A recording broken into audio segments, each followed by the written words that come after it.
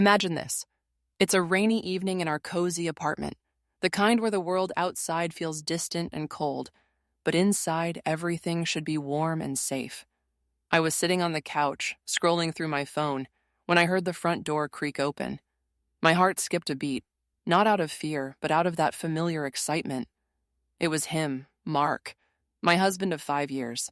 We'd been through so much already, and I thought we'd finally turned the corner. But as he walked in, avoiding my eyes, something felt off. His jacket was rumpled, his tie loosened in a way that screamed haste. "Hey, babe," he muttered, heading straight for the kitchen without a kiss. I forced a smile, pushing down the nagging doubt. Little did I know, this was the beginning of the end, or rather, the spark that would ignite my path to justice. Let me take you back a bit. My name is Emily, and I've always been the type to believe in second chances. Mark and I met in college, back when life was all about late-night study sessions and dreams of a future together. He was charming, ambitious, with that boyish grin that could melt away any worry. We got married young, right after graduation, and for a while, it was perfect. He landed a job at a big marketing firm, climbing the ladder fast, while I pursued my passion for graphic design from home. We had our little routines, weekend hikes, movie nights, and those quiet moments where we'd just talk about everything and nothing. But about 2 years into our marriage, the cracks started showing. Mark began working longer hours, or so he said. He'd come home smelling faintly of perfume that wasn't mine, his phone buzzing with messages he'd quickly silence. I confronted him once and he broke down, admitting to a fling with a coworker. It shattered me. The betrayal hit like a wave, leaving me gasping for air. I cried for days, questioning everything. But he begged for forgiveness, swore it was a mistake, a moment of weakness.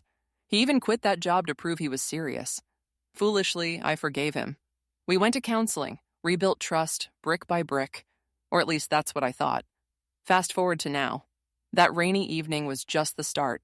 Over the next few weeks, the signs piled up like storm clouds. He'd be distant during dinner, picking at his food while staring at his phone. "Work stuff," he'd say with a shrug. I'd catch him smiling at texts when he thought I wasn't looking. One night, I couldn't take it anymore. While he was in the shower, I glanced at his phone. Something I'd promised myself I'd never do again. There it was, messages from Sarah, full of hearts and inside jokes. My stomach twisted. Sarah? Who was Sarah? I didn't confront him right away. No, I needed time to process, to let the anger simmer into something sharper. As the days turned into weeks, I started piecing it together. Sarah was his new assistant at the firm he'd joined after the first betrayal. How ironic, right? The same pattern, the same excuses. I'd lie awake at night, replaying our vows in my head, feeling the sting of being fooled twice. Betrayal doesn't just hurt. It poisons everything. The memories, the future plans, even the way you see yourself. I felt small, invisible, like I wasn't enough. But beneath the pain, a fire was building. This time, I wouldn't just cry and forgive. This time, I'd make sure he felt the weight of what he'd done. I began observing him more closely, noting his routines. He left for work at 7 a.m. sharp, returned around 6 p.m. unless he had meetings. I'd drive by his office sometimes just to see. One afternoon, I spotted them. Mark and a young woman, laughing as they exited a coffee shop near his building. She had that effortless beauty, the kind that turns heads. My hands gripped the steering wheel so tight my knuckles turned white. Confirmation. The betrayal was real again. But why me? Why us? We'd built a life, a home with photos on the walls, a garden I tended with love. I thought about our friends, our families, how they'd react if they knew. The shame burned, but so did the resolve. I wasn't going to let this destroy me. Instead, I'd turn it into something powerful. Little hooks of doubt crept in. Was I overreacting? Maybe it was innocent. But no, the messages were clear. Late-night plans, whispered secrets. The conflict inside me raged. Love versus self-respect, forgiveness versus justice. As I sat alone in our living room one evening, rain pattering against the windows, I made a decision. This betrayal wouldn't break me. It would remake me. But how? What could I do to expose him without stooping to his level? The plan started forming, piece by piece in the quiet hours. I needed evidence, allies, a way to shatter his perfect facade. Suspense built in my chest. What if he found out? What if it backfired? But I pushed forward, knowing that staying silent would be the real defeat. The next phase was all about gathering the truth, peeling back the layers like an onion that made my eyes water with every slice. I couldn't just accuse Mark without proof. I'd learned that from the first time. Back then, he'd twisted my words, made me doubt my own sanity. Not this time. I became a detective in my own life, careful and calculated. First, I created a fake email account and started digging online. Sarah's last name was easy to find through the company's website. She was listed as an executive assistant. A quick social media search revealed more. Photos of her at company events, always smiling next to Mark. One post caught my eye. A weekend getaway she captioned, "Unexpected adventures with great company." The background matched a hotel we'd once stayed at as a couple. My heart pounded. Was that where they'd gone? I didn't stop there. I installed a tracking app on his phone during one of his naps. Guilt gnawed at me, but betrayal justified it. The app showed his locations, lunches at hidden cafes, evenings at her apartment building. Each ping on the map was a stab, confirming the affair. But I needed more, something undeniable. One day, while he was at work, I went through his home office. Drawers full of receipts, notes, and there it was. A hidden envelope with hotel bills and love notes. "Can't wait to see you again, my love," one read. My hands shook as I photographed everything, tears blurring my vision. The sadness was overwhelming. How could the man I loved do this again? The anger followed, hot and fierce. He'd promised forever, but delivered lies. As the evidence mounted, so did the emotional toll. I'd cry in the shower, where the water masked my sobs. Friends noticed my withdrawn state, but I brushed it off with smiles. Just busy, I'd say. Inside, the conflict brewed. Part of me still loved him, remembered the good times. We'd laughed together, dreamed of kids, a house in the suburbs. But betrayal erodes love like acid on metal. I confided in my best friend Lisa over coffee one afternoon. Her eyes widened as I spilled the details. "Emily, you deserve better," she said, hugging me tight. She offered to help, and that's when the revenge plan began to take shape. We brainstormed ways to expose him without direct confrontation. His job was his pride. Vice president at the firm, respected by colleagues. What if they knew the truth? Lisa suggested reaching out to Sarah's boyfriend, if she had one. A quick check online showed she did. A guy named Tom, posting couple photos just months ago. Was she betraying him too? The web of deceit was wider than I thought. I anonymous messaged Tom with snippets of evidence, careful not to reveal myself. His response was swift, shock, then fury. "Who is this?" he asked, but I stayed silent after that. Meanwhile, Mark grew suspicious. "You seem distant," he said one night, trying to pull me close. I faked a headache, turning away. The suspense was killing me. When would he slip up? It happened soon after. He forgot to log out of his email on our shared computer. There were chains of messages planning a business trip together. My blood boiled. This wasn't just a fling, it was a full-blown secret life. The setup was complete. I had proof, allies, and a burning need for justice. But doubt crept in. Was revenge worth it? Could I live with the fallout? The questions hung in the air like unanswered prayers. Yet deep down, I knew staying quiet would mean betraying myself. The plan moved forward, step by careful step, leading to the inevitable clash. The conflict reached its peak on a crisp autumn evening, the kind where leaves crunch underfoot and the air carries a hint of change. Mark had told me he was working late, again, but the tracker showed him at Sarah's place. I sat in my car outside her building, heart racing, debating whether to confront them. No, that wasn't the plan. Impulse could ruin everything. Instead, I drove home, channeling the anger into preparation. That night, when he finally stumbled in at midnight, smelling of wine and her perfume, I couldn't hold back. "Where were you really?" I asked, voice steady despite the storm inside. He froze, then laughed it off. "Overtime, babe. You know how it is." But his eyes darted, giving him away. I pulled out the printed emails, slamming them on the table. "This overtime?" The room went silent. His face paled, then flushed with denial. "This is nothing. You're paranoid," he shouted. The argument escalated, words flying like daggers.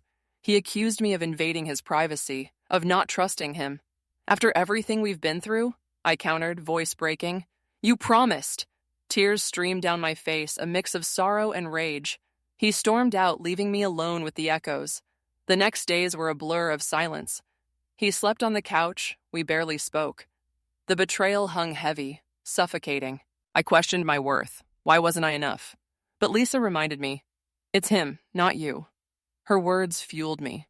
Tom, Sarah's boyfriend, contacted me anonymously after my tip.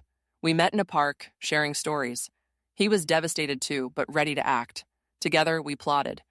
Mark's firm had a big annual gala coming up. Clients, bosses, everyone important. What better stage to expose the truth? I gathered more evidence. Screenshots, timelines, even a recorded call where Mark admitted the affair, thanks to a hidden app. The plan was simple yet devastating. Anonymous emails to his boss and key colleagues, timed just before the event. No violence, just exposure. The truth would shut him down.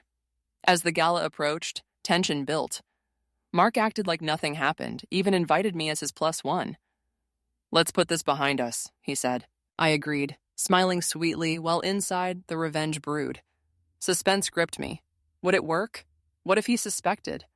The questions kept me awake, but resolve won. On the night of the gala, I dressed elegantly, masking the turmoil. We arrived arm in arm, the picture of happiness. Little did he know, the emails had sent hours ago.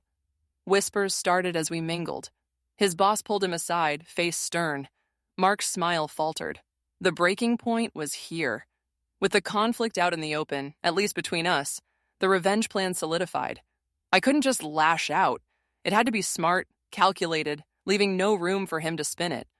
Tom and Lisa became my confidants, helping refine the details over hushed meetings. First, the evidence package. I compiled everything into a digital folder. Messages, locations, receipts. We created anonymous accounts to distribute it. Target, his boss, HR, and a few trusted colleagues who'd witnessed his rise. The goal?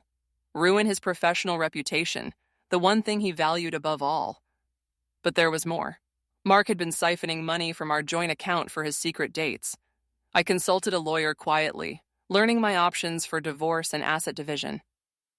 Document everything, she advised. I did, building a case that would leave him with nothing but regrets. Emotional triggers hit hard during this time. I'd find old photos, remember our wedding day, his vows ringing hollow now. Sadness washed over me, but anger pushed it aside. He betrayed you twice, I'd remind myself. Justice wasn't revenge, it was balance. Tom added his part. He'd confront Sarah, but timed with our exposure. Together, we'd dismantle their illusion. Suspense built as we tested the plan, sending trial emails, ensuring anonymity. One night, Mark tried reconciling.